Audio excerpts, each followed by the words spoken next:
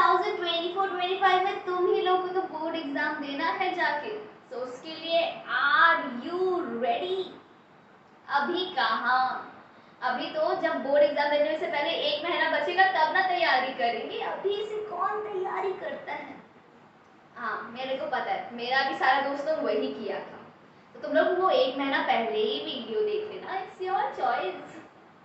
सो yes, मेरा नाम है Anshika Singhania and as you can see and you can guess and जज कि मेरा एज ज़्यादा नहीं है। I am nearly of 16 years old and I am going to teach you history.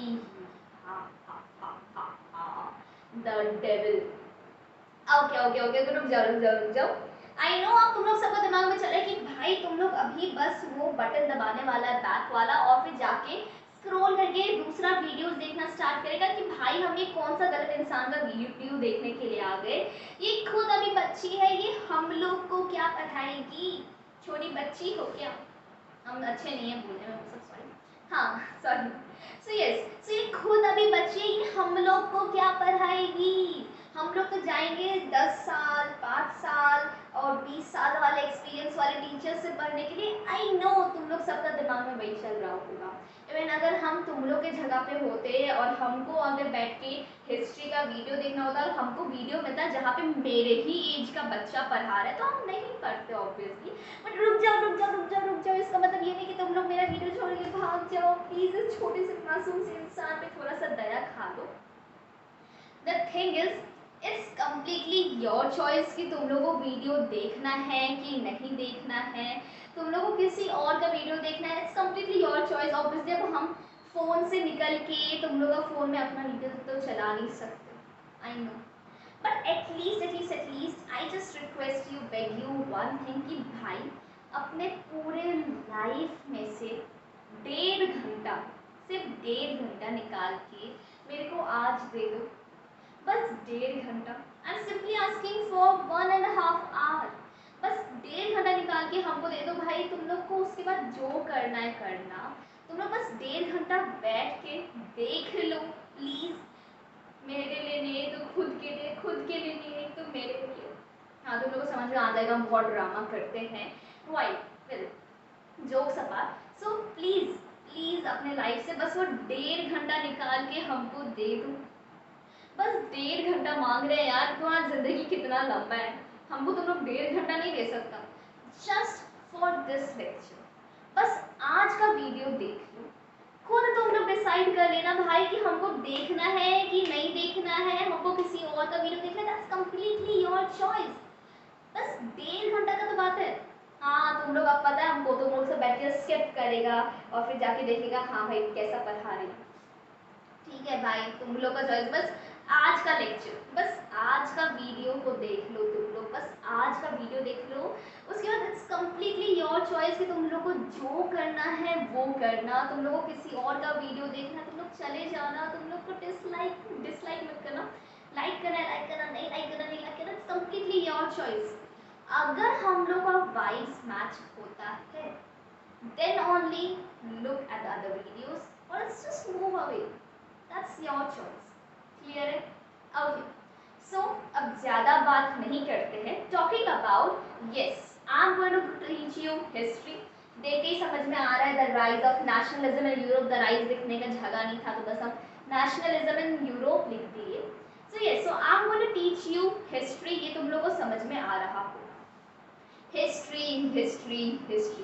हाँ भाई वही डेविल जिससे तुम लोग सब भागते हो, हमको पता है, हमको बहुत अच्छे से पता है। एटलीस्ट ये तो एक बेनिफिट होता है ना कि भाई हम तुम लोग के ही एज के हैं एंड इसलिए हमको पता है कि तुम लोग क्या फील करें, क्योंकि हम भी वही फील करते हैं।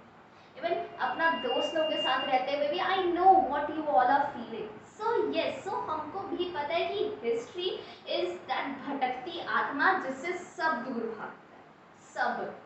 बस एक वो 5 से 10% एक्चुअली उससे भी कम वाली वो एलियन प्रजातियां होती हैं जो पढ़ती है हिस्ट्री, जिनको पसंद होता है कि हाँ भाई हम लोग को पसंद है जानना, वरना बाकी सारे लोग लॉजिक के पीछे भागते हैं कि भाई। अच्छा मेरे को एक बात बताओ, अशोका आया, काम किया, मर गया, बात खत्म। हम क्यों पढ़े कि वो कब भैया इससे मेरा क्या फायदा, मैं क्या करूं। सो दैट इज द थिंग यार।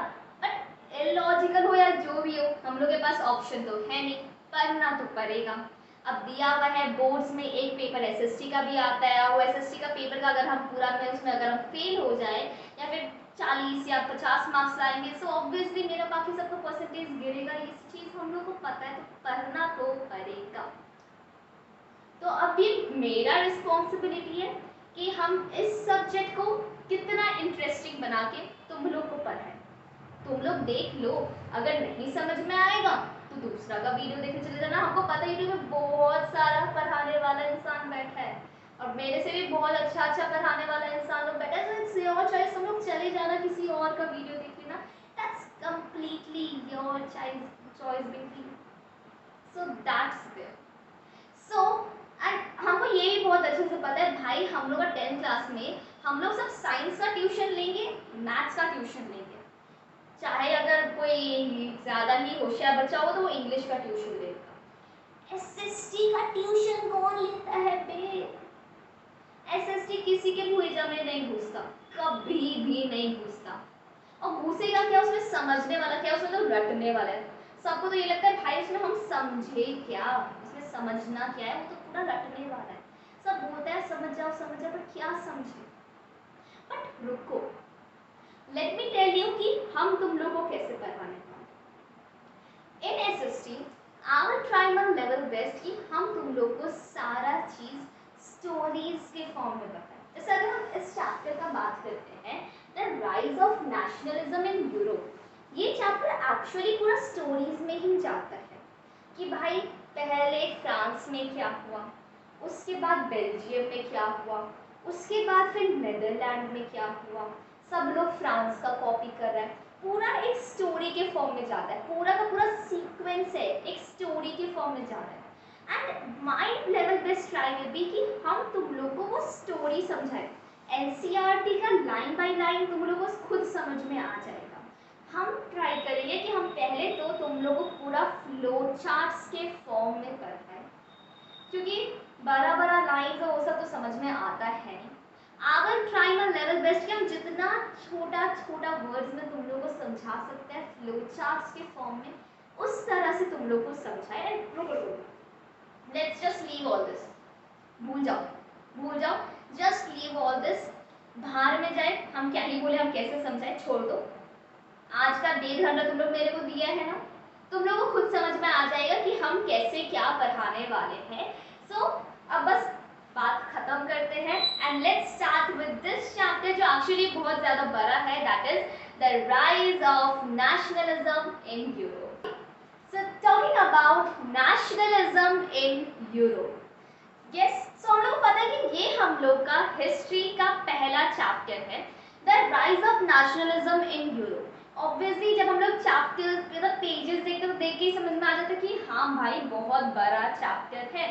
अगर हम लोग देखें तो it is one of the biggest chapter of history. Like अभी अगर हम लोग देखें तो जितना भी हिस्ट्री का चैप्टर्स है उसमें से one of the biggest chapter ये है। सबसे बड़ा चैप्टर वो print culture and modern world है, और उसके बाद आता है हम लोग का ये the rise of nationalism in Europe. So ये सो ऑब्वियसली पहला ही चैप्टर, और ऊपर से इतना बड़ा, और ऊपर से यूरोप के बारे में जो पता नहीं क्या क्या नाम सब होता है, फ्रेडरिक सोरो और मोंटेस्क्यू एंड क्या क्या क्या क्या नाम सब होता है जो याद भी नहीं होता। मतलब पहले सीबीएसई हम लोग को मारने का सोच के बैठा है, दैट्स ऑब्वियस। बट जो भी, let's start with the chapter. Okay, alright. So talking about nationalism in Europe, nationalism in Europe वाला चैप्टर को मेन स्टार्ट करने से पहले कुछ समझने का ट्राई करें, थोड़ा सा लॉजिक, जिससे चैप्टर और इंटरेस्टिंग बन जाए। ऑब्वियसली तुम लोग तो भाई लॉजिक के पीछे भागते हो, रीजनिंग के पीछे भागते हो, तभी तो साइंस और मैथ्स पसंद है। थोड़ा सा एसएसटी में भी समझते हैं। तो ये चैप्टर बेसिकली है क्या, ये चैप्टर किस बारे में बात करता है, इस चैप्टर में हम लोग पढ़ने क्या वाले हैं। बेसिकली अगर हम लोग बात करें तो नाम से ही समझ में आ रहा है कि हम लोग पढ़ेंगे नेशनलिज्म इन यूरोप, कि यूरोप में नेशनलिज्म कैसे आया। अब नेशनलिज्म क्या होता है, देखो nationalism is basically a feeling जहाँ पे हम लोग को फील होता है कि भाई हम लोग एक नेशन से बिलोंग करते हैं। Let me give you an example. अगर हम लोग बात करें, हम लोग सब अभी आईपीएल चल रहा है, आईपीएल चल रहा है और अभी आईपीएल थोड़ा दिन पहले मतलब थोड़ा महीना पहले वर्ल्ड कप हुआ था। वर्ल्ड कप में इंडिया हम लोग का फाइनल्स में पहुंच गया था। अब जब इंडिया हम लोग का फाइनल्स में पहुंचा था और उसका मैच था, तब उस दिन जिस दिन इंडिया का फाइनल था वर्ल्ड कप में, जितने भी इंडियंस थे वो लोग सब घर पे या कहीं भी टीवी में बैठ के वर्ल्ड कप फाइनल देख रहे थे, सब के सब लोग। इंडिया में हम लोग को पता है कि हम लोग को बहुत सारा रिलीजन्स, बहुत सारा कास्ट, जेंडर, बहुत कुछ मिलता है।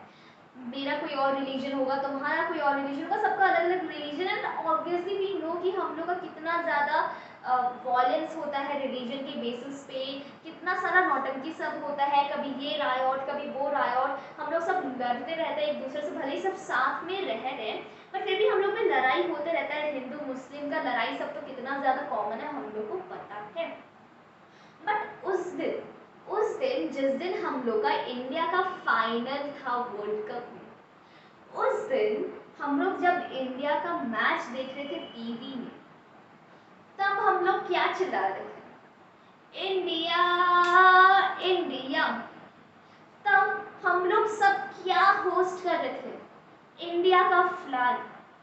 उस समय हम लोग को जरा सा भी फील हो रहा था, हम लोग के दिमाग में एक बार के लिए भी आया था कि भाई हम हिंदू हैं, मुस्लिम हैं, सिख हैं, ईसाई हैं, हम लड़की हैं, लड़का है, हम लोअर कास्ट है, अपर कास्ट है, हम ये लैंग्वेज बोलते हैं, या हम यहाँ से बिलोंग करते हैं, हम साउथ इंडियन हैं, हम नॉर्थ इंडियन है, कुछ भी दिमाग में आ रहा था, कुछ भी। आप लोग में से बहुत सारे लोग होंगे जो लोग साथ में बैठ के देख रहे होंगे मैच, बहुत सारे और ग्रुप्स के साथ बैठ के देख रहे होंगे, या फिर अगर अपॉर्चुनिटी मिला होगा तो स्टेडियम में जाके देख रहे होंगे। उस समय एक बार के लिए भी ऐसा फीलिंग आया था कि भाई मेरे साथ जो लोग बैठे हैं वो मेरा रिलीजन से बिलोंग नहीं करता, या वो लोग मेरा कास्ट नहीं है, या मेरा जैसा लैंग्वेज नहीं बोलता, वो लोग मेरे से अलग है। एक बार के लिए भी ऐसा फीलिंग आया था। उस समय दिमाग में बस एक चीज़ था कि भाई इंडिया मेरा देश है, जिसका आज वर्ल्ड कप फाइनल है और इंडिया को ट्रॉफी मिलना चाहिए। बस यही चीज़ दिमाग में था ना कि भाई इंडिया मेरा देश है और हम एक हिंदुस्तानी, हम एक इंडियन है और मेरा देश को वर्ल्ड कप फाइनल जीतना चाहिए। उस समय लग रहा था कि भाई नहीं, हम हिंदू हैं, ये मुस्लिम है, ये सिख है, ये ईसाई है, चलो हम लोग मिलकर लड़ते हैं, या फिर वैसा कुछ भी नौटंकी दिमाग में आ रहा था। उस समय जितना भी जन इंडियन था सबके साथ एक यूनिटी फील हो रहा था। That is what is nationalism यार। आज ये होता है नेशनलिज्म, जब हम लोग अपना रिलीजन, कम्युनिटी, कास्ट, ये सबसे ऊपर उठकर सोचते हैं that we are the citizens of one nation. हम लोग सब भारतीय हैं, हम लोग सब हिंदुस्तानी हैं। That is when nationalism comes. जब हम लोग को फील होता है कि भाई हम लोग सब यूनाइटेड हैं, हम लोग सब एक हैं। नहीं याद आता कि भाई कौन हिंदू है कौन मुस्लिम है, सब मैटर ही नहीं करता। बस ये मैटर करता है कि भाई हम लोग सब इंडियन हैं और आज इंडिया का मैच है और आज इंडिया जीतना चाहिए। ये होता है नेशनलिज्म, वो देशभक्ति का जो फीलिंग आता है, वो पैट्रियोटिक फीलिंग। हम लोग सब बहुत सारा मूवीज देखते हैं, ऑब्वियसली हम लोग बहुत सारा पैट्रियोटिक मूवीज भी देखते हैं, तब जो फीलिंग आता है। या फिर to having a better example, अभी हम लोग का 15 अगस्त भले ही टाइम है बट आएगा, इंडिपेंडेंस डे होता है या रिपब्लिक डे होता है, भले वो हम लोग का एक ही दिन के लिए वो हम लोग का देशभक्ति जागता है, बट जिस दिन वो हम लोग सब स्कूल जाते हैं, एंड ये जो स्कूल्स में एक्चुअली अच्छा भी होता है। हम लोग जब 15 अगस्त होता है, 15 अगस्त को जब हम लोग सब स्कूल में जाते हैं और स्कूल में इंडिया का फ्लैग होस्ट किया जाता है, तो ऐसा होता है क्या कि हिंदू फ्लैग उठा रहा है या मुस्लिम नहीं उठा रहा है, या मुस्लिम उठा रहा है हिंदू नहीं उठा रहा, या जन गण मना जो है वो कोई एक पर्टिकुलर इंसान गा रहा है, कोई और नहीं गा रहा है, या हम लोग बोले कि भाई तुम नहीं गा सकता, ऐसा कभी होता है? उस दिन हम लोग सब खड़े होके सब साथ में इंडिया का फ्लैग को होस्ट करते हैं, उसको सैल्यूट करते हैं, इंडिया का नेशनल सॉन्ग गाते हैं। तब जो फीलिंग आता है ना कि भाई मेरा देश है, ये मेरा देश है और ये सब हिंदुस्तानी है, वो होता है नेशनलिज्म। अब ऐसा तो नहीं, हम लोग में तो चलो बचपन से नेशनलिज्म है, बट ऐसा नहीं कि नेशनलिज्म हमेशा से एग्जिस्ट किया है। आई थिंक नेशनलिज्म वर्ड का मतलब समझ में आ गया। तो यहाँ पे बात हो रहा है नेशनलिज्म इन यूरोप। यूरोप का बात अगर एक साइड रखे, अगर इंडिया का ही अगर हम लोग बात करें, सो ऐसा नहीं है कि इंडिया में हमेशा से ये नेशनलिज्म या ये पैट्रियोटिक फीलिंग था लोगों को। इंडिया में हम लोग को पता है कि India is such a diverse country, इतने सारे रिलीजन्स के लोग इंडिया में साथ में रहते हैं। एंड ये तो अभी का बात है। अगर हम लोग 100-150 साल पहले, लाइक ऑब्वियसली यू नो हम लोग का इंडिया 200 साल ब्रिटिशर्स के रूल के अंदर था, अगर उस टाइम पीरियड में अगर हम लोग जाए तो उस टाइम पे या फिर ब्रिटिशर्स के टाइम पे या ब्रिटिशर्स के पहले के टाइम पे जाए, सो इंडिया इस समय देश नहीं था एज सच। लोगों को पता भी नहीं था, लोगों को मतलब भी नहीं पता था, लोगों को मतलब ही नहीं था देशभक्ति या देश, ये सबसे कोई मतलब नहीं था। लोग पूरे बिखरे हुए थे। आज जो हम लोग को ये फीलिंग आता है कि हाँ भाई ये मेरा देश है और यहाँ पे हम लोग सब एक, सब बाहर में जाए हम लोग सब इंडियन है, ये चीज़ पहले नहीं था, ये चीज़ पहले एग्जिस्ट नहीं करता था। पहले सब लोग इतने ज़्यादा डाइवर्स थे, सब अलग अलग लैंग्वेज बोल रहे हैं, सबका अलग अलग ट्रेडिशन है, कल्चर है, सबका अलग अलग रिलीजन है, उन लोगों को एक दूसरे से कोई मतलब नहीं होता था। बाहर में जाए देश देश क्या होता है ये तक नहीं पता था। आई डोंट थिंक तुम लोग को याद होगा, बट इंडिया का फर्स्ट वॉर ऑफ इंडिपेंडेंस हुआ था 1857 में। मतलब कि आज़ादी का वो पहला लड़ाई था जब पूरा देश साथ में लड़ रहा था। मतलब कि पूरा का पूरा जो इंडिया था वो एज टुगेदर ब्रिटिशर्स के अगेंस्ट में लड़ रहा था। बट उस समय हम लोग हार गए थे। क्यों हारे थे उसका रीज़न पता है? बिकॉज हम लोग सब सिर्फ अपने लिए लड़, उस समय सब अपने लिए लड़ रहा था। जैसे उस समय रानी लक्ष्मीबाई वो सिर्फ और सिर्फ अपना झांसी के लिए लड़ रही थी, वो हिंदुस्तान के लिए नहीं लड़ रही थी। रानी लक्ष्मीबाई सिर्फ और सिर्फ अपना झांसी को ये क्या बोलते हैं ब्रिटिशर्स से बचाना चाहती थी, ब्रिटिशर्स का गुलामी से बाहर निकालना चाहती थी, इसलिए वो लड़ रही थी। कुंवर सिंह वो अपना देश को, अपना पर्टिकुलर जगह को बचाना चाहते थे, इसलिए वो लड़ रहे थे। हर एक इंसान उस समय जो लड़ रहा था, उस समय महात्मा गांधी नहीं आए थे, पर उस समय देश में पूरा का पूरा इंडिया के ऊपर ब्रिटिशर्स रूल कर रहे थे। समझो, पूरा का पूरा इंडिया के ऊपर ब्रिटिशर्स रूल कर रहे थे। पूरा इंडिया को ब्रिटिशर्स से प्रॉब्लम था और उस समय 1857 में पूरा इंडिया ब्रिटिशर्स के अगेंस्ट में लड़ा था, पर सब अकेले अकेले लड़ रहा था, सिर्फ अपना देश, अपना जगह के लिए। रानी लक्ष्मीबाई लड़ रही थी झांसी को इंडिपेंडेंट करवाने के लिए, इंडिया को इंडिपेंडेंट कराने के लिए नहीं। सबको बस अपना रीजन से मतलब था, इंडिया क्या होता है, देश क्या होता है, ये सब किसी को कुछ नहीं पता। वैसा कंडीशन रहा है, उससे बहुत कुछ हुआ है, उसके बाद बहुत कुछ हुआ, महात्मा गांधी आए, ये वो बहुत कुछ हुआ। उसके बाद आज का टाइम है कि हम लोग को फील होता है कि हाँ हम लोग का देश एक है, बट हमेशा से ऐसा नहीं रहा। अब इंडिया का बात से we are able to relate, वही चीज़ यूरोप में भी हुआ। अगर हम लोग बात करते हैं नेशनलिज्म इन यूरोप का, इस चैप्टर में भी बेसिकली हम लोग यही पढ़ रहे हैं कि यूरोप में नेशनलिज्म कैसे आया। यूरोप में हम लोग को पता है कि यूरोप में बहुत सारा कंट्रीज है, ब्रिटेन है, क्या बोलते हैं फ्रांस है, जर्मनी है, बहुत सारा कंट्रीज है, इटली है, बहुत सारे कंट्रीज है हम लोग का यूरोप में। अब इन सारे कंट्रीज के अंदर बेसिकली जैसे इंडिया के लिए हम लोग स्पेसिफिकली पढ़ते हैं कि हाँ इंडिया एज अ कंट्री के बारे में स्पेसिफिकली पता है क्योंकि वो हम लोग का देश। यूरोप में हम लोग सारा कंट्री के बारे में एक साथ पढ़ रहे हैं कि भाई यूरोप में भी यही था। यूरोप में भी अगर हम लोग पहले का बात करें तो यूरोप में भी लोगों में कोई नेशनलिज्म नहीं था। यूरोप का अगर पहले का अगर हम लोग कंडीशन का बात करें, इस चैप्टर में हम लोग पढ़ क्या रहे, इस चैप्टर में हम लोग पढ़ रहे हैं नेशनलिज्म इन यूरोप। यूरोप में नेशनलिज्म कैसे आया?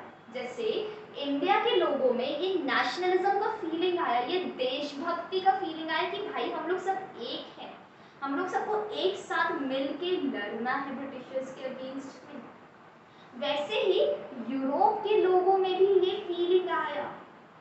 यूरोप, अच्छा एक चीज हम लोग सबको पता है कि पहले के जमाने में, लाइक अगर हम लोग सबसे पहले बात करें, सबसे पहले हम लोग का डिक्टेटरशिप और मोनार्की, एक्चुअली मोनार्की चलता था पूरा का पूरा यूरोप का बात करें अगर हम लोग, आई नो तुम लोग क्लास 9 भी नहीं पढ़ा होगा, बट यस अगर हम लोग यूरोप का स्पेसिफिकली बात करें, यूरोप वही जहाँ पे हम लोग का फ्रांस मिलेगा, जर्मनी मिलेगा, ब्रिटेन मिलेगा, ये सारा ऑस्ट्रिया मिलेगा, ये सारा कंट्रीज हम लोग का यूरोप में मिलता है।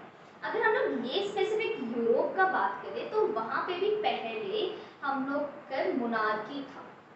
हर रीजन का अलग अलग किंग होता था, वो किंग अपना रीजन के ऊपर रूल करता था, सारे लोगों को तंग करता था, टॉर्चर करता था, ये चीज चल रहा था।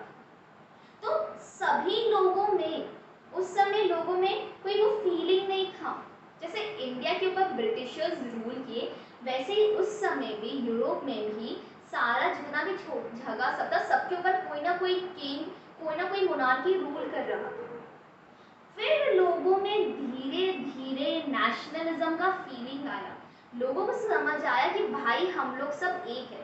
फ्रांस के लोगों को समझ आया कि भाई हम लोग सब लोग फ्रांस से बिलोंग कर रहे हैं, फ्रांस हम लोग का कंट्री है, हम लोग सब लोग एक नेशन है, और फिर वो लोग लड़े और मोनार्की को खत्म किया। वैसे ही जर्मनी में लोगों को फीलिंग आया, वैसे ही बेल्जियम जो है, बेल्जियम में लोगों को समझ में आया कि भाई हम लोग सब एक ही हैं, बेल्जियम हम लोग का देश है, हम लोग सब बाहर में जाए सब चीज़, हम लोग सबका भले ही अलग लैंग्वेज सब चीज़ अलग हो, पर हम लोग सबका एक देश है, दैट इज बेल्जियम। और उसके बाद वो लोग लड़े और बेल्जियम को इंडिपेंडेंट किए, that is what is nationalism. और यही हम लोग इस चैप्टर में पढ़ने वाले हैं कि नेशनलिज्म इन यूरोप, यूरोप में कैसे नेशनलिज्म आया। इन शॉर्ट यूरोप में जो लोग रह रहे थे पहले, अगर हम लोग बात करें, अगर पहले का सिनेरियो का बात करें तो यूरोप में हर छोटा छोटा जगह के में एक मोनार्क था, मोनार्क एक पर्टिकुलर रीजन को रूल कर रहा था, हर छोटा छोटा जगह को मोनार्क रूल कर रहा था, एंड लोगों को एक दूसरे से कोई मतलब नहीं था।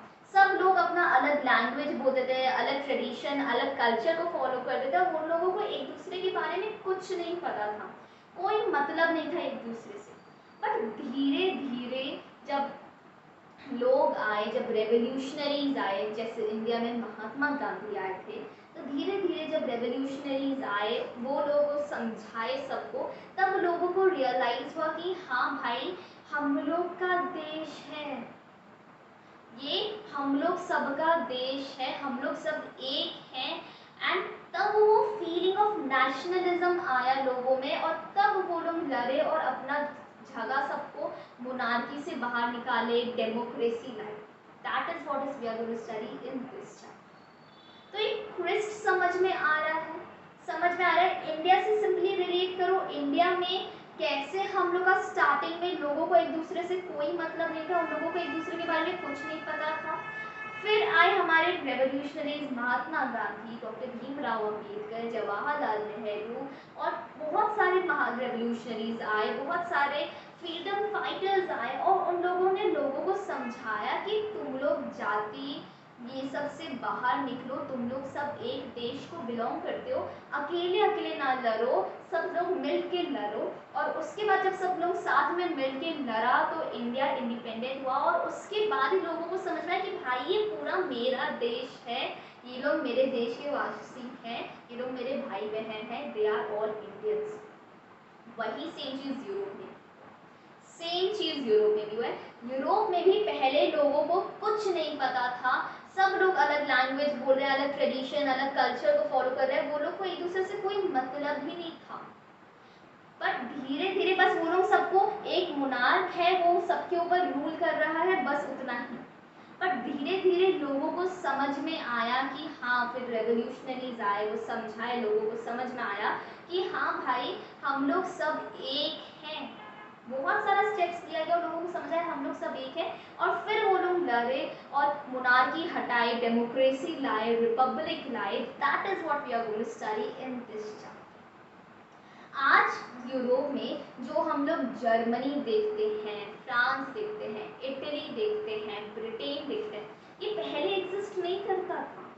पहले पता है जर्मनी जो है वो 39 स्टेट्स में डिवाइडेड था। 39 अलग अलग रीजन्स में डिवाइडेड था, जिसमें अलग अलग रूलर रूल कर रहे हैं, सब चीज़ अलग अलग था। उन 39 स्टेट्स को मिलाया गया और तब बना जर्मनी। इटली जो है वो इतना छोटा सा देश, वो 7 अलग अलग रीजन्स में डिवाइडेड था। वो 7 अलग अलग जगह को अलग अलग रूलर्स रूल कर रहे हैं, फिर सबको मिला के इटली बना। ब्रिटेन 4 में आइलैंड्स में डिवाइडेड था, सब मिला तब जाके ब्रिटेन बना। यही सब तो इस चैप्टर में पढ़ना है कि कैसे आया नेशनलिज्म, कैसे कंट्रीज बना, कैसे लोगों को रियलाइज हुआ कि मेरा देश है। इतना समझ में आया कि भाई बैकड्रॉप क्या है। अब अगर हम लोग नॉर्मली लाइक ये तो हम बस ऐसे ही लिख दिए हैं, देखना तो देख सकते हो। नॉर्मली द थिंग इज कि इसमें हम सिंपली लिस्ट दे दिए हैं कि भाई जो हम लोग का नेशनलिज्म इन यूरोप वाला चैप्टर है उसमें क्या क्या मेन टॉपिक्स हम लोग पढ़ने वाले हैं। सबसे पहले we are going to get with the introduction, basic introduction जो हम लोग, जिसमें हम लोग फ्रेडरिक सोरोस यूटोपियन विजन के बारे में बात करेंगे, मॉडर्न स्टेट, नेशन स्टेट के बारे में बात करेंगे। फिर हम लोग फ्रेंच आर्मी, फ्रांस में कैसे रेवोल्यूशन हुआ, उसमें भी हम कुछ एक्स्ट्रा चीज़ बताएंगे। फ्रांस में कैसे रेवोल्यूशन हुआ और वहाँ पे जब रेवोल्यूशन हुआ तो वहाँ पे लोगों के अंदर वो नेशनलिज्म का फीलिंग कैसे लाया गया, उसके बारे में पढ़ेंगे। फिर हम लोग पढ़ेंगे Napoleon code of 1804। Napoleon Bonaparte के बारे में हम लोग सब पढ़े हैं, भूल गए होंगे, नहीं पढ़े होंगे तो हम बता देंगे। तो यस, नेपोलियन बोनापार्ट फ्रांस में आया था, फिर वो एक लाया था सिविल कोड या नेपोलियन कोड ऑफ 1804, उसके बारे में पढ़ेंगे। फिर हम लोग पढ़ेंगे कि यूरोप का जो अभी हम जितना भी चीज़ बताएं कि यूरोप का क्या कंडीशन था, पहले यूरोप का क्या कंडीशन था, लोगों को एक दूसरे से कोई मतलब नहीं था एंड ऑल, वो सब हम लोग इसमें यूरोपियन 18th सेंचुरी पढ़ेंगे। उसके बाद फिर ट्रीटी ऑफ वियना एक हुआ था, पढ़ेंगे उसके बारे में। फिर हम लोग रेवोल्यूशनरीज के बारे में, जैसे इंडिया में महात्मा गांधी हो गया, वैसे कुछ 1-2 रेवोल्यूशनरीज के बारे में पढ़ना है। एज ऑफ रेवोल्यूशन एक पर्टिकुलर टाइम पीरियड था, पता है 1830 से लेके 1848 एक पर्टिकुलर टाइम पीरियड था जब सारा रेवोल्यूशंस यूरोप में हुए। तब फ्रांस इंडिपेंडेंट बना, तब फ्रांस में डेमोक्रेसी आया, बेल्जियम में डेमोक्रेसी आया, नेदरलैंड में डेमोक्रेसी आया, ये क्या बोलते हैं हम लोग का हर जगह पे, हर एक जगह पे यूरोप का उसी समय रिवोल्ट हुआ है। That is what is called as age of revolution. फिर हम लोग पढ़ेंगे यूनिफिकेशन के बारे में कि भाई ये जो जर्मनी जो 39 स्टेट्स में डिवाइडेड था, ये यूनाइट कैसे हुआ, जर्मनी कैसे बना। इटली जो 7 स्टेट्स में डिवाइडेड था, ये यूनाइट कैसे हुआ, इटली कैसे बना। ब्रिटेन जो 4 आइलैंड्स में डिवाइडेड था, ये यूनाइट कैसे हुआ, ब्रिटेन कैसे बना, ये सब पढ़ेंगे। उसके बाद हम लोग पढ़ेंगे विजुअलाइजिंग द नेशन। बेसिकली आज हम लोग जब इंडिया, आज हम लोग जब वर्ड इंडिया बोलते हैं, इंडिया या भारत माता बोलते हैं, तो हम लोग का दिमाग में एक फिगर आता है, भारत माता का एक इमेज आता है हम लोग सबका दिमाग में, राइट। भारत माता एग्जिस्ट करती है, रियल में कोई भारत माता है नहीं है भाई, कोई ऐसी माता नहीं है, कोई भारत माता नहीं, बट एक फीलिंग होता है भाई क्यों नहीं एग्जिस्ट करती, करती है। भारत माता हम लोग सबके दिल में एग्जिस्ट करती है, एक है कि हाँ भाई मेरे देश की भारत माता है। So that is visualising the nation, जो हम लोग पढ़ेंगे रुक जाओ। उसके बाद नेशनलिज्म एंड इम्पेरियलिज्म पढ़ेंगे। हाँ भाई बहुत सारा टॉपिक्स है, ये समझ में आ रहा है कि बहुत सारा टॉपिक्स है, but just don't worry, just don't worry, leave it on me. I will make sure कि तुम लोग को सब चीज़ समझ में आएगा। मेरा काम क्या है कि तुम लोग को स्टोरीज के फॉर्म में बताएं, तुम लोग को सब चीज़ समझ में आना चाहिए, और सब चीज़ समझने के बाद भी तुम लोग को क्या क्या चीज़ याद रखना है कि तुम लोग का सब चीज़ हो जाए। कि भाई समझ में तो आ जाता है पर याद नहीं रहता, तो मेरा काम है कि हम तुम लोग को सब चीज़ समझाएंगे भी, और सब चीज़ समझाने के बाद मेरा काम है कि हम तुम लोग को कैसे वो सब चीज़ याद करें। So just leave it on me, fine, okay. So let's start with the chapter. समझ में आ गया चैप्टर में पढ़ने क्या वाले हैं? ओके, अब ज्यादा बात नहीं करते हुए let's start with the chapter. So yes, so chapter के स्टार्टिंग में ही हम लोग को एक पेंटिंग देखने को मिलता है। This is the painting what I am actually talking about. ये जो पेंटिंग हम लोग को देखने को मिल रहा है, सो देयर वी फाइंड कि जो हम लोग का चैप्टर है, चैप्टर के स्टार्टिंग में ही हम लोग का ये पेंटिंग दिया हुआ है एंड ये पेंटिंग को फिर पूरा एक्सप्लेन किया गया है। जो पहला और सेकंड पेज है इसमें एक्चुअली पूरा का पूरा सिर्फ इस पेंटिंग को एक्सप्लेन किया गया है एंड एक्चुअली अगर हम लोग बात करें तो इसमें से क्वेश्चन आता है, बोर्ड्स में इस पेंटिंग से क्वेश्चंस पूछ लिया जाता है। तो इस पेंटिंग को समझना जरूरी होता है क्योंकि हम लोग का जो फर्स्ट एंड सेकंड पेज है इसमें सिर्फ इस पेंटिंग के बारे में बताया गया है। So yes, so talking about the painting, so देखो ये जो पेंटिंग है, ये पेंटिंग एक्चुअली बनाया गया था फ्रेडरिक सॉरो के द्वारा। There was a person named Frederic sorrow.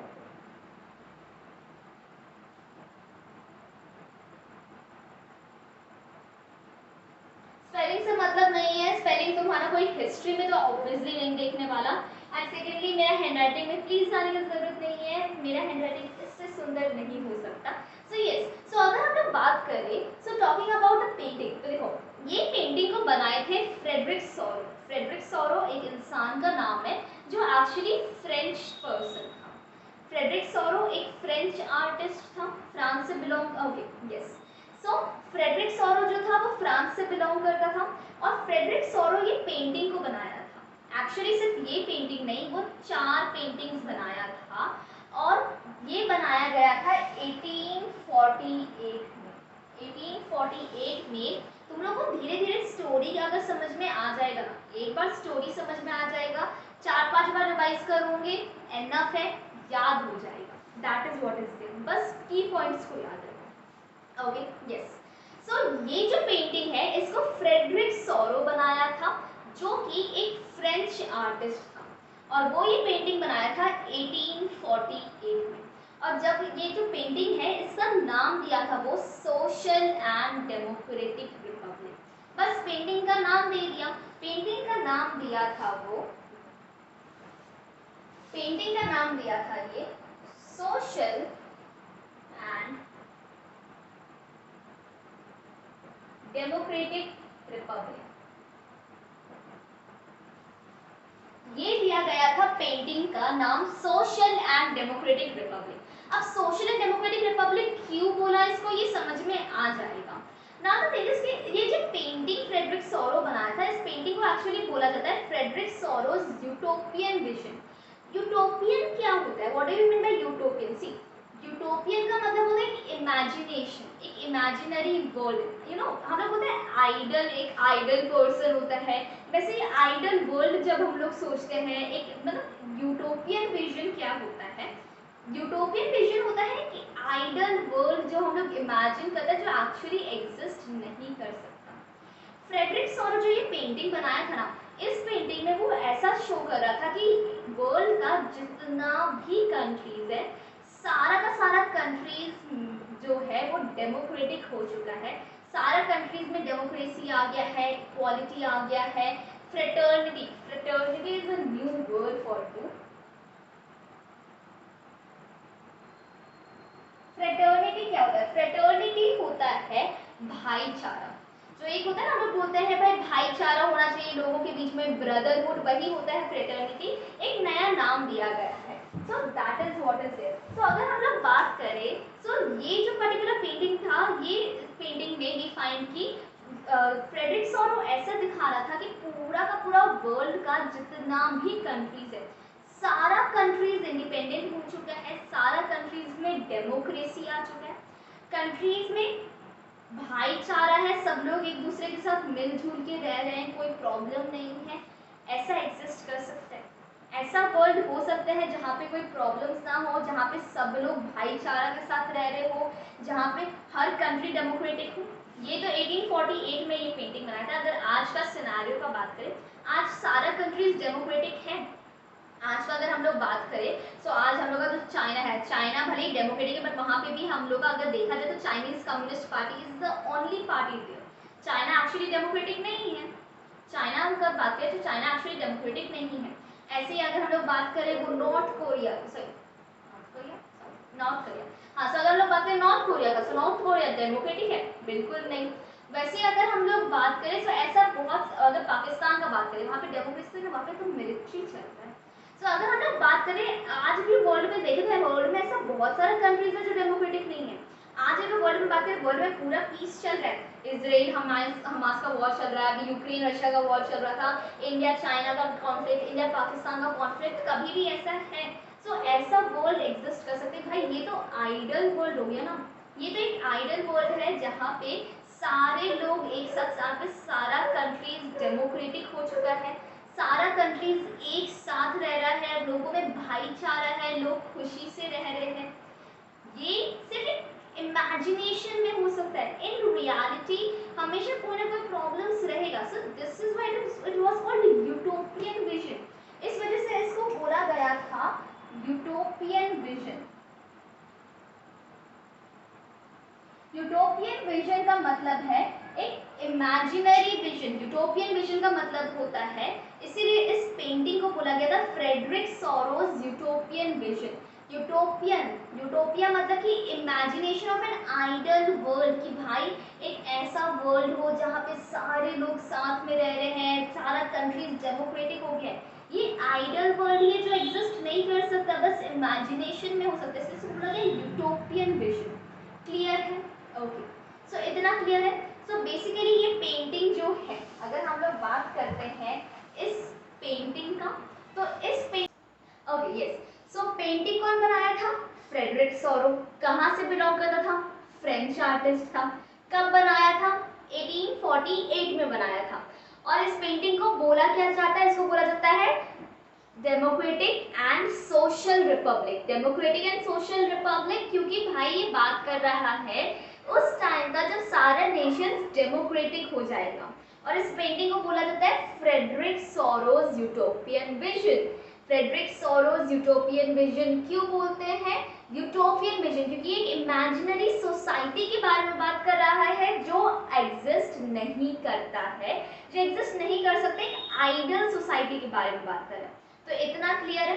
Now talking about the other things जो पेंटिंग के अंदर स्पेसिफिकली दिया हुआ है। सी, सबसे पहले अगर हम लोग देखें, कहाँ से दिखेगा? Okay yes, so talking about this painting, so देखो यहाँ पे ये जो बीच में जो ये भूत दिख रहा है, ये जो सफ़ेद भूत दिख रहा है, इसको बोला जाता है स्टैचू ऑफ लिबर्टी। ये होता है हम लोग का स्टैचू ऑफ लिबर्टी। सो इस पेंटिंग में हम लोग को एक स्टैचू ऑफ लिबर्टी, प्लीज़ अपना पेंटिंग खोल लो भाई, एक बार के लिए खोल लो। सो यस, अगर हम लोग देखें, सो जो सबसे पहले हम लोग को ये जो वाइट कलर का भूत देखने को मिल रहा है, ये वाइट कलर का भूत है स्टैचू ऑफ लिबर्टी। ज़्यादा कुछ नहीं सोचना है, एक स्टैचू है जो फ्रीडम शो करे कि हाँ भाई ये स्टैचू दिखा रहा है फ्रीडम को। लिबर्टी, लिबर्टी मतलब फ्रीडम, आज़ादी को दिखा रहा है। और उसके बाद हम लोग को देखने को मिल रहा है कि यहाँ पे ये सारे जो लोग हैं, इतने सारे लोग हैं जो अलग अलग फ्लैग पकड़े हुए। देखो ये फ्लैग है, ये फ्लैग है, ये फ्लैग है, अलग अलग बहुत सारे फ्लैग्स पकड़े हुए। बहुत सारे लोग हैं जो कहाँ जा रहे हैं? जो स्टैचू की तरफ जा रहे हैं। सो देयर वी फाइंड कि बहुत सारे लोग स्टैचू की तरफ जा रहे हैं और वो लोग बहुत सारा फ्लैग सब पकड़े हुए हैं। Flag of different different nation, जैसे तो हम लोग को अलग अलग नेशंस ऑफ फ्लैग कुछ याद तो है नहीं, बट इससे ये समझ में आ रहा है कि वर्ल्ड में जितना भी नेशन सब है, सारा का सारा नेशंस के लोग अपना अपना फ्लैग लेके स्टैचू ऑफ लिबर्टी के पास जा रहे हैं। जिसका मतलब है कि सारा का सारा नेशंस फ्री, लिबर्टी हो, लिबर हो रहा है मतलब कि फ्री हो रहा है, मतलब कि डेमोक्रेटिक हो रहा है। सारा का सारा नेशंस डेमोक्रेटिक हो रहा है, मोनार्की से बाहर आ रहा है। इसीलिए यहाँ पे दिखाया गया है कि सारे के सारे जितने भी लोग हैं, सब लोग लिबर्टी, सब लोग स्टैचू ऑफ लिबर्टी के पास जा रहे हैं अपना अपना तिरंगा, अपना अपना फ्लैग लेके, जो नेशन को दिखा रहा है। That is clear. एंड इसके नीचे ये देखो, ये सारे लोग हैं, ये सारे लोग स्टैचू ऑफ लिबर्टी के पास जा रहे हैं। स्टैचू ऑफ लिबर्टी जो एक्चुअली हम लोग का क्या दिखा रहा है? फ्रीडम फ्रीडम को दिखा रहा है, डेमोक्रेसी को दिखा रहा है। अच्छा, एक और चीज़ को ध्यान दो, यहाँ पे स्टैचू ऑफ लिबर्टी जो भूत है, ये जो भूतिया आत्मा है, इसके हाथ में यहाँ पे देखो, यहाँ पे गौर करो, इसका हाथ में यहाँ पे एक चीज़ है, अगर ध्यान से देखो तो समझ में आएगा कि ये है टॉर्च। सो जो स्टैचू ऑफ लिबर्टी जो भूत है, ये जो आत्मा है, ये एक हाथ में टॉर्च पकड़ा हुआ है। अब आत्मा तो टॉर्च लेके ही आता है, टॉर्च से वो करते हुए, तो उसके एक हाथ में टॉर्च है, जिसको एक्चुअली टॉर्च क्या करता है, टॉर्च हम लोग का लाइट दिखाता है, एक पाथ दिखाता है। सो ये टॉर्च एक्चुअली डिपिक्ट कर रहा है एनलाइटमेंट को। एनलाइटमेंट मतलब कि कैसे पता है, एनलाइटमेंट मतलब होता है एनलाइटमेंट मतलब कि लोगों को रास्ता दिखाया जा रहा है, अंधेरे से बाहर निकाला जा रहा है, लोगों को पता चल रहा है what is right what is wrong. So torch क्या करता है, जब हम लोग का पूरा अंधेरा होता है, हम लोग को पता नहीं होता रास्ता कहाँ है, जैसे ही टॉर्च जब आता है हम लोग को रास्ता दिखने लगता है, that is what is show. So यहाँ पे जो ये आत्मा टॉर्च पकड़ा हुआ है, ये है हम लोग का, ये एनलाइटमेंट को शो कर रहा है। और यहाँ पे इसका एक हाथ में ये देखो, ये कुछ दिख रहा है, इसका हाथ में ऐसा एक चीज दिख रहा है, जैसे नहीं एकदम प्रॉपर भूत जैसे नहीं होता है, आत्मा जैसे नहीं होती, एक हाथ में टॉर्च, एक हाथ में वो लालटेन टाइप का पकड़ के चलती है, वैसे इसका दूसरा हाथ में एक लालटेन टाइप का, जो एक्चुअली लालटेन नहीं है, ये एक बुक है, that is rights of main, जो एक बुक है, charter of rights of main, एक बुक है जिसमें सारा का सारा मैन का राइट्स लिखा हुआ है। क्लियर है? ओके, सो इतना क्लियर है कि भाई इस पेंटिंग में एक है आत्मा जिसका नाम है स्टैचू ऑफ लिबर्टी, उसका एक हाथ में टॉर्च है जो एनलाइटमेंट दिखा रहा है, दूसरा हाथ में एक बुक है, that is charter of rights of main, जो लोगों का राइट्स के बारे में बता रहा है। बेसिकली समझो क्या समझ में आ रहा है कि पूरा हम लोग का डेमोक्रेसी, राइट्स, इक्वालिटी, ये सबको डिपिक्ट कर रहा है। और बाकी जितने भी लोग हैं, ये लोग सब ये स्टैचू के पास जा रहे हैं, ये लोग सबके सभी स्टैचू के पास जा रहे हैं, that is what is showing कि सारे के सारे लोग ऑफ डिफरेंट डिफरेंट नेशंस, जो अलग अलग नेशंस का फ्लैग पकड़े हुए हैं, वो लोग सब लोग स्टैचू के पास जा रहे हैं, वो लोग सब डेमोक्रेसी चाहते हैं, रिपब्लिक चाहते हैं, और वो लोग सब अब डेमोक्रेटिक बनते जा रहे हैं। इसीलिए तो नाम दिया गया पेंटिंग को सोसाइटी ऑफ डेमोक्रेटिक रिपब्लिक। क्यों नाम दिया है? इसी वजह से कि यहाँ पे जितना भी नेशन दिख रहा है, सारा नेशन इंडिपेंडेंट होते जा रहे हैं, डेमोक्रेसी मिलते जा रहा है सारा नेशन। तो थिंग इज कि हम लोग का यहाँ पे ना बुक में ना, अच्छा रुको उससे पहले, तो इतना क्लियर है। अब उसके बाद नीचे में ध्यान से देखो, यहाँ पे कचरा दिख रहा है, ये नीचे में पूरा का पूरा कचरा दिख रहा है, यहाँ पे पूरा कचरा जो फैला हुआ है, ये कचरा में अगर ध्यान से देखो तो तुम लोग को दिखेगा जो महाराजा का वो जो ऊपर में क्राउन होता है, वो सारा चीज़ तुम लोग को दिखेगा। So basically it is showing कि जितना भी देखो जो किंग्स क्राउन होता है, ये सारा क्या शो करता है, ये सारा शो करता है मोनार्की को। ये क्या डिपिक्ट कर रहा है? मोनार्की। सो इसमें दिखाया जा रहा है कि भाई जो मोनार्की है वो कचरा में जा चुका है, वो पूरा गार्बेज में जा चुका है। बेसिकली किंग का वो सिंहासन और उसका वो जो क्राउन है वो सारा गार्बेज में पड़ा हुआ है, मतलब कि मोनार्की कंप्लीटली खत्म हो गया है। सारे के सारे लोग अब स्टैचू ऑफ लिबर्टी के पास जा रहे हैं और फ्री हो रहे हैं, डेमोक्रेटिक हो रहे हैं। ऊपर में देखो, जब ये इतना सुंदर सीन चल रहा है कि सब लोगों को डेमोक्रेसी मिल रहा है, इक्वालिटी मिल रहा है, एनलाइटमेंट मिल रहा है, तब ये सारा सीन को ऊपर में बैठे हुए जीसस क्राइस्ट और ये जो एंजल्स है, ये सारे के सारे लोग ऊपर में बैठे हुए जीसस क्राइस्ट, ये सारे जो एंजल्स है, ये सारे लोग ऊपर से ये सीन को देख रहे हैं। इतना सुंदर जो सीन है कि भाई मोनार्की पूरा खत्म हो गया, मोनार्की का जो रिमेन्स है वो गार्बेज में पड़ा हुआ है, सब लोग सारा नेशन अब इक्वालिटी मिल रहा है, वो लोगों को लिबर्टी फ्रीडम मिल रहा है। ये सब चीज़ को ऊपर से जीसस क्राइस्ट, क्योंकि यूरोप में भी ना जीसस क्राइस्ट को ही माना जाता है, तो ये सब चीज़ को ऊपर से ये क्या बोलते हैं, हेवन से जीसस क्राइस्ट, एंजल्स, ये लोग सब देख रहे हैं और ब्लेसिंग दे रहे हैं कि भाई ये हमेशा बना रहे।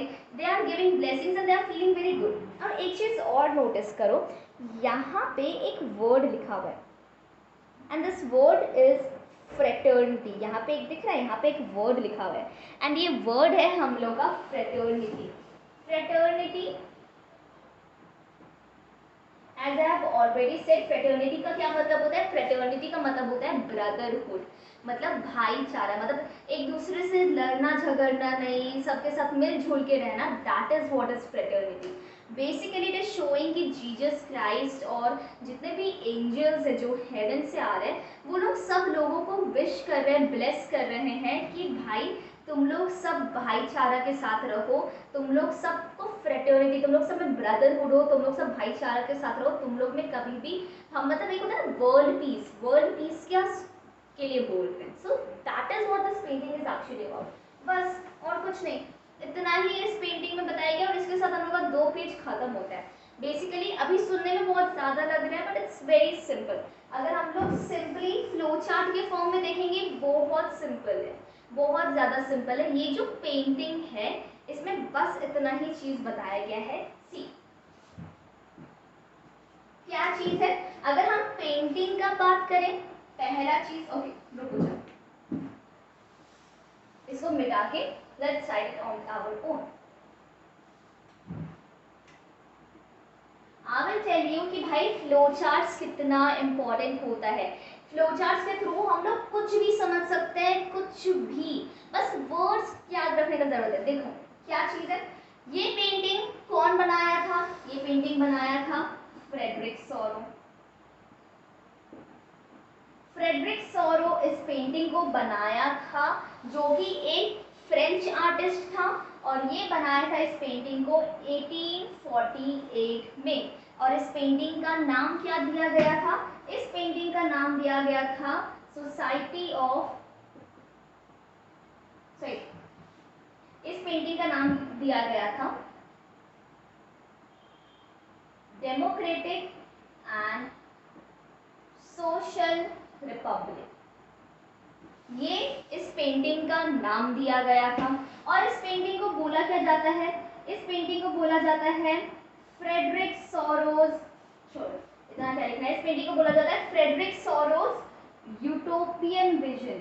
यूटोपियन विजन मतलब कि एक इमेजिनरी सोसाइटी जो एग्जिस्ट नहीं कर सकता। इस पेंटिंग में क्या क्या है? इस पेंटिंग में एक हम लोग को देखने को मिलता है, एक भूत, एक भटकता आत्मा है जिसका नाम है स्टैचू ऑफ लिबर्टी, जिसका एक हाथ में टॉर्च है जो एनलाइटमेंट दिखा रहा है, एक हाथ में एक बुक है that is rights of man, simply rights of man, लोगों का अधिकार। और उसके बाद क्या देखने को मिल रहा है? क्राउड ऑफ पीपल देखने को मिल रहा है। बस क्राउड लिखो ना से तो याद आ ही जाएगा। Yes, so crowd of people देखने को मिल रहा है कि भाई बहुत सारे लोग अलग अलग नेशन से, ये सारे लोग अलग अलग नेशन से आ रहे हैं स्टैचू ऑफ लिबर्टी के पास, अलग अलग फ्लैग लिए हुए हैं जो अलग अलग नेशन को शो कर रहा है। और उसके बाद देखने को मिल रहा है कि भाई हम लोग का नीचे में कचरा, गार्बेज पड़ा हुआ है, जितना भी मोनार्की का जो रिमेन्स है, जैसे क्राउन हो गया, ये सारा जितना भी चीज़ है वो सब गार्बेज में पड़ा हुआ है। इसका मतलब क्या है कि भाई मोनार्की कंप्लीटली खत्म हो चुका है और सब लोग अब लिबर्टी के पास जा रहे हैं, अब फ्री हो रहे हैं। और ये सारा चीज़ को एंजल्स, ये सारा चीज़ को एंजल्स देख रहे हैं, ऊपर से ये सारा चीज़ को एंजल्स देख रहे हैं और ब्लेसिंग दे रहे हैं फ्रेटर्निटी का। ये सारा चीज को एंजल्स देख रहे हैं और फ्रेटर्निटी का ब्लेसिंग दे रहे हैं कि भाई तुम लोग सब में हमेशा फ्रेटर्निटी दैट इज ब्रदरहुड रहे, भाईचारा रहे। क्लियर है? सिर्फ इतना ही पेंटिंग में बताया गया और कुछ भी एक्स्ट्रा नहीं है। उतना कुछ करने का जरूरत नहीं कि भाई इसमें लिखा हुआ होगा कि यूनाइटेड स्टेट हम लोग का पहले ही ये क्या बोलते हैं डेमोक्रेटिक हो गया, फिर फ्रांस डेमोक्रेटिक होने वाला है, जर्मनी जस्ट पीछे, वो सब कुछ वैसे याद रखने का जरूरत नहीं है। No need of remembering that. अगर तुम लोग को बहुत ज़्यादा चुल है याद रखने का कि भाई जो जैसे दिया हुआ है यहाँ पे नाम कि कौन कौन सा नेशंस यहाँ पे स्टैचू ऑफ लिबर्टी के पास जा रहा है, इसका नाम सब दिया हुआ है, तो इसका नाम के लिए एक ट्रिक है दैट इज जो तुम लोग को ईजिली याद हो जाएगा। तुम लोग का दिमाग कहाँ जा सकते हैं हमको पता है। आलसी,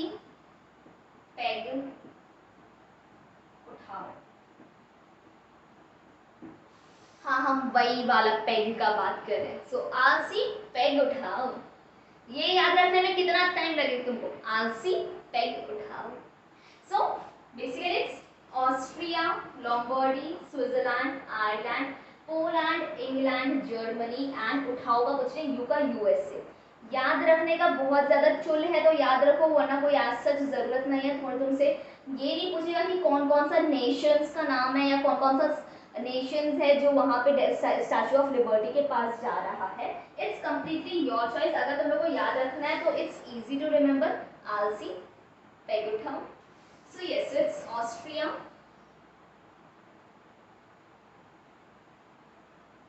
पहले ही बोला ना, स्पेलिंग पे कभी मत जाना और ना ही मेरा हैंडराइटिंग पे। लॉम्बार्डी, स्विट्जरलैंड,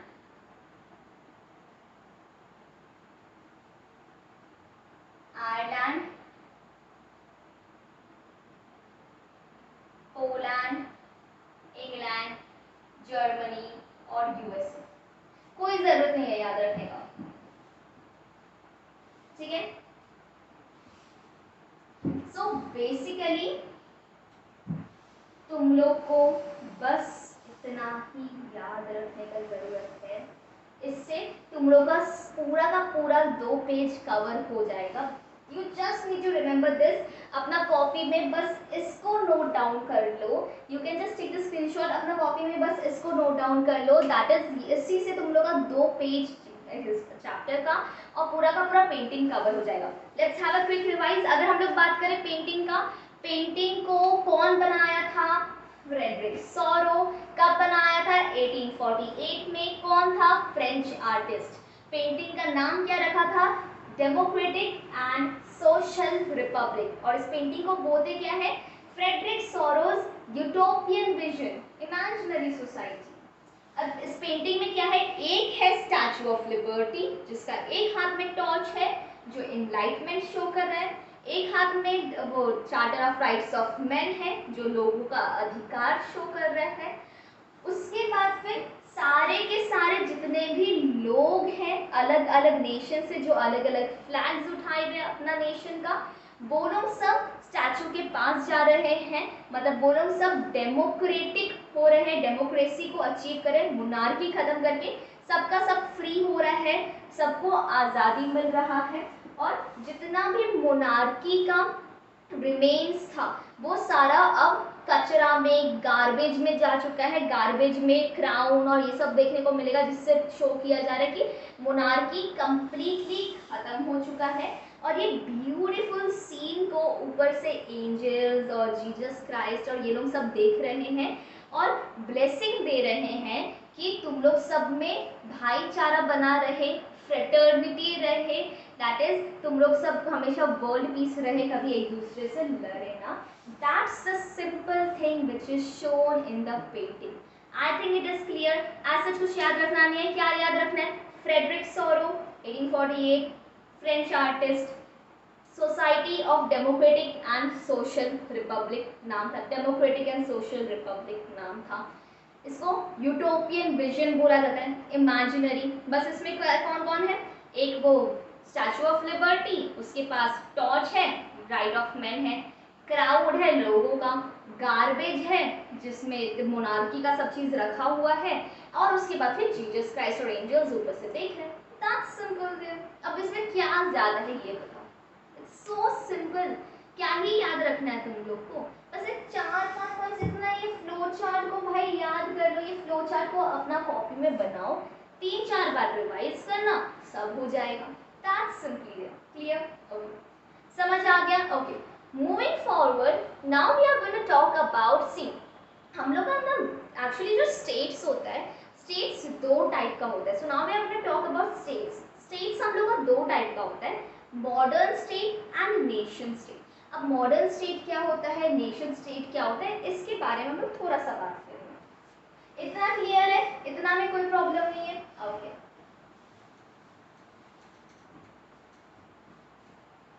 सी, अगर तुम लोगों को कोई भी प्रॉब्लम होगा कि भाई हम लोग को आप ऐसे पढ़ाइए या वैसे पढ़ाइए या ये चीज़ बता दीजिए, वो चीज़ बता दीजिए, you can simply comment, tell me कि क्या करना है, I will do that for sure for you. Mood किया तो ओके, फोकस हियर।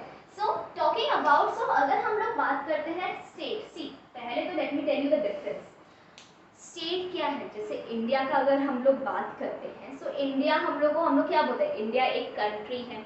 इंडिया के अंदर Jharkhand, like I belong to Jharkhand, so Jharkhand, West Bengal, Gujarat, Maharashtra, whatever it is there, ये सारा का सारा स्टेट्स होता है, right. So that is what we actually talk about. But normally अगर हम लोग बात करते हैं in English, states they are also use to refer to countries. किसी भी कंट्री को रेफर करने के लिए या किसी भी रीजन को रेफर करने के लिए हम लोग स्टेट वर्ड का यूज कर सकते हैं।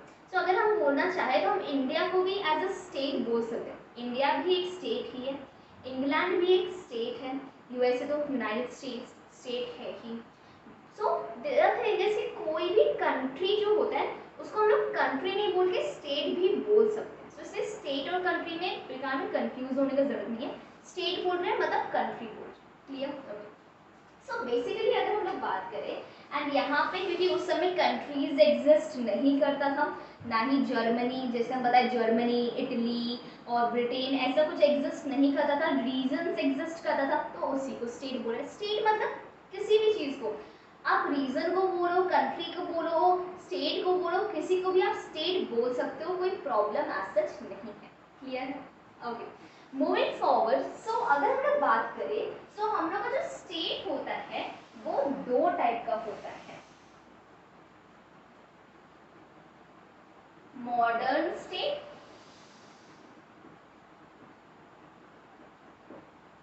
और नेशन स्टेट।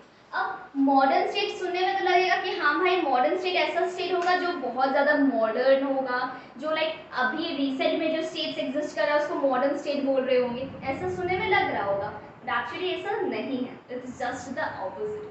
सी इतना क्लियर है कि भाई स्टेट हम कोई भी रीजन को स्टेट रेफर कर सकते हैं। सो उस समय अगर हम लोग बात करें, सो देखो स्टेट्स दो टाइप का होता है, modern state and nation state. Modern state क्या होता है, बेसिकली जो हम लोग का उस टाइम पे एग्जिस्ट करता था यूरोप में, जो उस टाइम पे एग्जिस्ट करता था, let me give you the examples. जैसे यूरोप में जो उस टाइम पे जो एग्जिस्ट करता था कि भाई एक जगह है, उस जगह के ऊपर एक मोनार्क, एक किंग रूल कर रहा है, किंग है, उसके पास एब्सोल्यूट पावर है, उसको जो मन आ रहा है वो कर रहा है, उसको जो करना है वो कर रहा है, हम लोग के पास कोई राइट्स नहीं है। एक जगह, बेसिकली एक जगह है जहाँ पे जितने भी लोग हैं उन लोगों के पास कोई राइट्स नहीं है, वो लोग के पास कुछ भी नहीं है।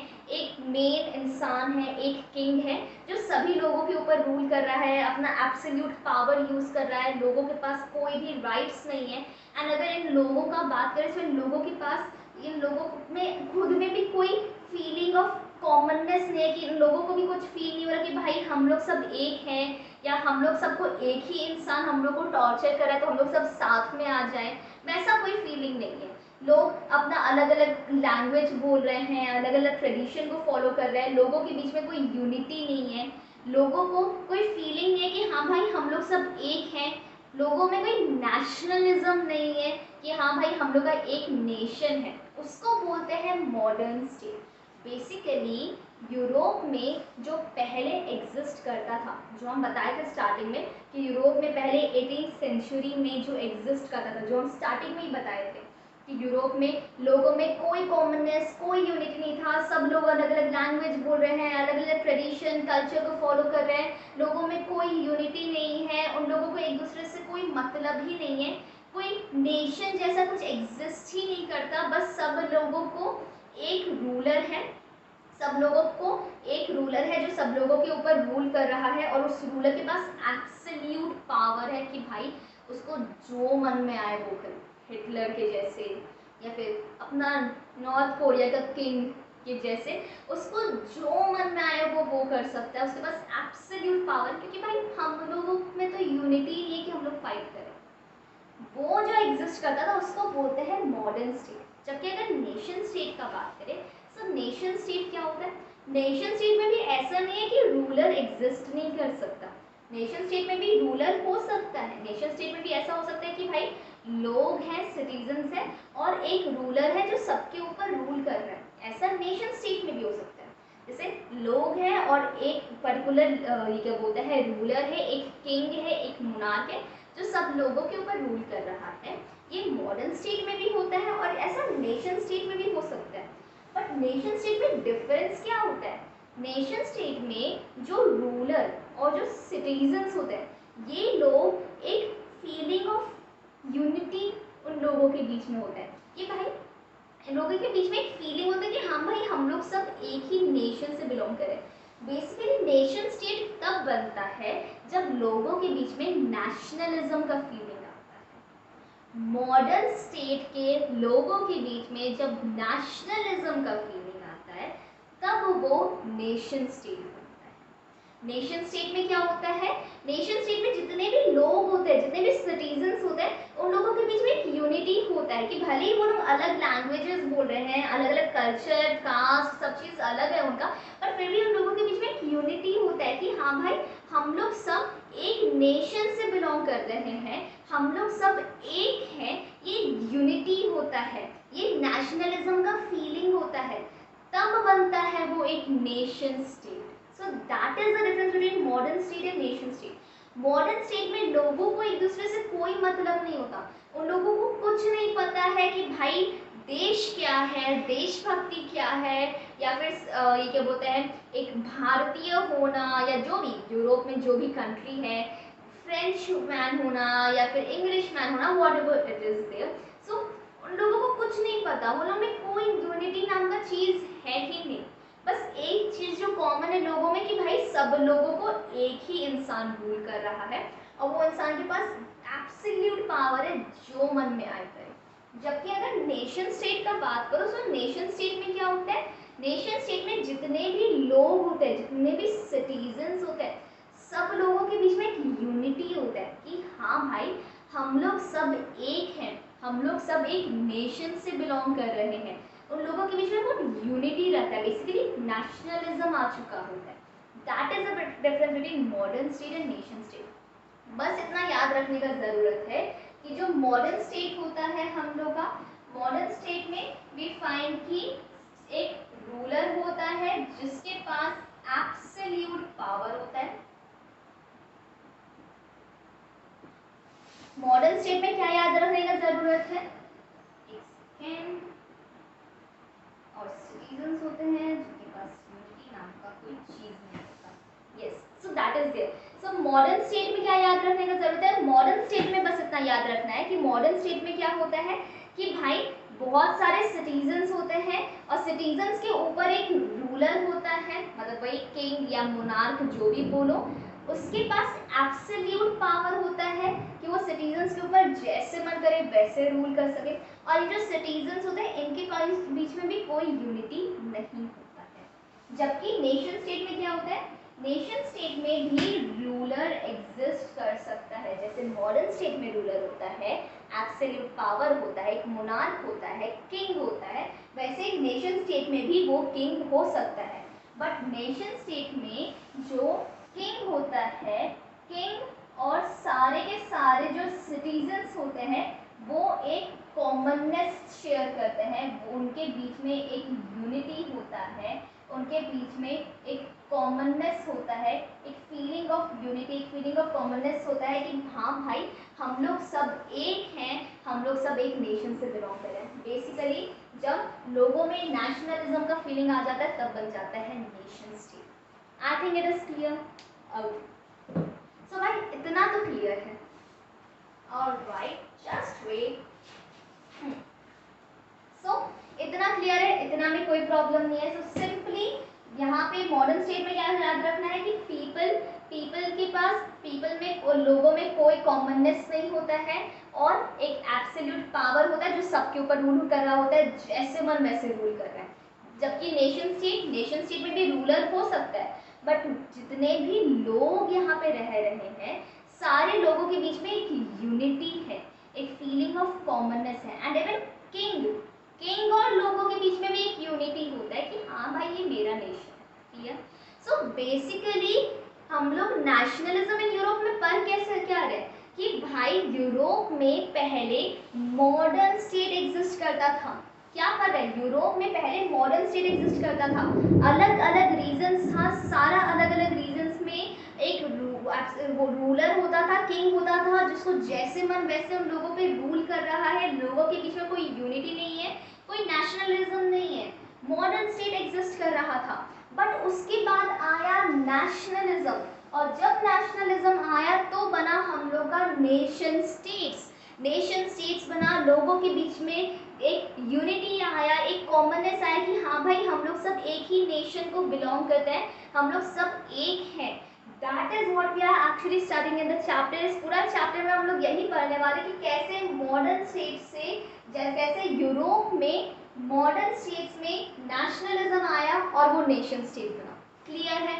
Okay, so that is all there for today. I hope you will have like the lecture, and as I have said कि हम तुम लोग से बस एक लेक्चर का ही डिमांड मांगे थे कि भाई बस मेरे को आज का टाइम दे दो, बस आज का टाइम दे दो और देख लो कि तुम लोगों को कैसा लग रहा है पढ़ने में। सो यस, तुम लोग अब डिसाइड करो कि तुम लोग को मेरे से आगे पढ़ना है नहीं पढ़ना, it's completely your choice. I am no one कि हम तुम लोग का फ़ोन में घुस के हम तुम लोग को अपना, अगर मेरे पास वो टेक्नोलॉजी होता कि हम तुम लोग का फ़ोन के अंदर घुस के अपना ही वीडियो चला के उसमें लाइक शेयर सब्सक्राइब दबा सकते तो हम डेफिनेटली करते। But yes, unfortunately I don't have any such option, so everything is with you. So basically I hope आज जो हम समझाए, आज ज़्यादा कुछ हम लोग पढ़े नहीं क्योंकि भाई first lecture, first chapter, first video था। बस इतना समझे कि भाई चैप्टर का क्रस्ट क्या है, चैप्टर किस बारे में है। सेकेंडली हम लोग बात किए वो painting Frederic sorrows utopian vision के बारे में, उस पेंटिंग के बारे में पूरा बात की।